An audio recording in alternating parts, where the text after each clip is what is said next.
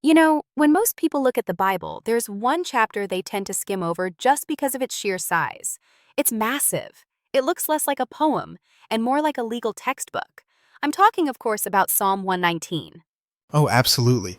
It is the giant in the room. 176 verses, and on the surface, it seems repetitive. It feels like the author is just saying the same thing over and over again. I love your rules. I love your laws. I love your statutes. Right.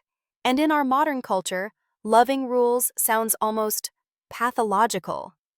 We value autonomy, breaking the mold, doing our own thing. So why should we care about an ancient writer obsessing over instructions? What are we missing here? We are missing the context of the relationship. So you have to realize that for this writer, the law, or the Torah, wasn't a list of do nots meant to ruin his weekend. It was a lifeline. Imagine you are walking through a minefield in the pitch dark. Okay, terrifying image. Right? Now, if someone hands you a detailed map of where the mines are, do you look at that map and say, "Ugh, this map is so restrictive, it's limiting my freedom to step wherever I want"? No, of course not. You'd cling to that map. You'd love it because it's the only thing keeping you alive. Exactly. That is the heartbeat of Psalm 119.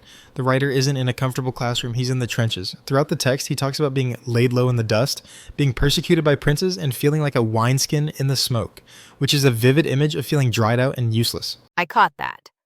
There's a lot of raw emotion in there. He talks about weeping, about sleepless nights where he's up before dawn crying for help. It's not just a theological treatise. It sounds like a desperate diary entry. It is, and that's where the rules come in. When his world is falling apart, when people are slandering him and digging pits for him, he anchors himself to something that doesn't change. He says, "Your word is settled in heaven." It's the one fixed point in a spinning universe. So, it's about stability? Stability, yes, but also delight. This is the part that fascinates me. He uses sensory language. He says God's words are sweeter than honey to his mouth. He says he loves them more than thousands of pieces of gold and silver. That's a striking comparison, especially today. If you asked people to choose between a book of moral statutes and a suitcase full of gold, well, I think we know which one most of us would grab.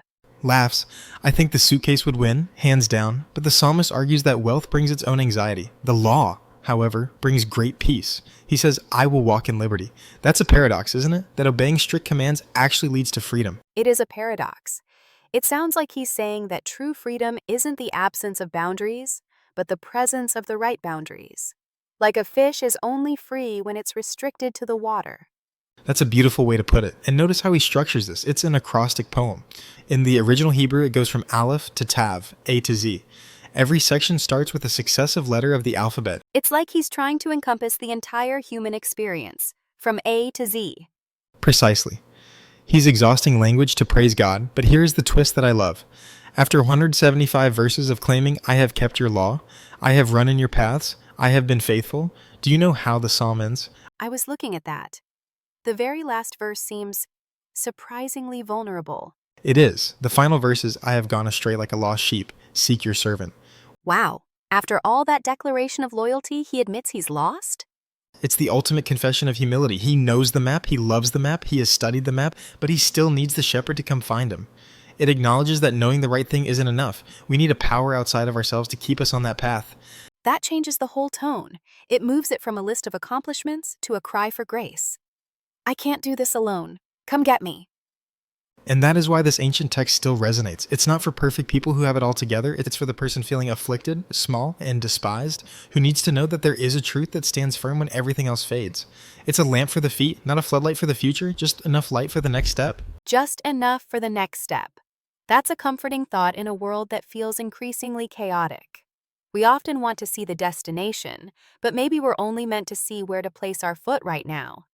And according to the psalmist, that is enough. It really makes you wonder, if all the screens went dark and the bank accounts froze, what would we have hidden in our hearts to keep us going? Would we have that kind of internal wealth? That is the question. The psalmist had a reservoir of truth that no one could take away from him. I think we could all use a bit of that honey in our lives. Beautifully said. We'll leave you with that thought today. Thanks for listening. If you have been blessed by this, please like, subscribe, and share this joy with others. God bless.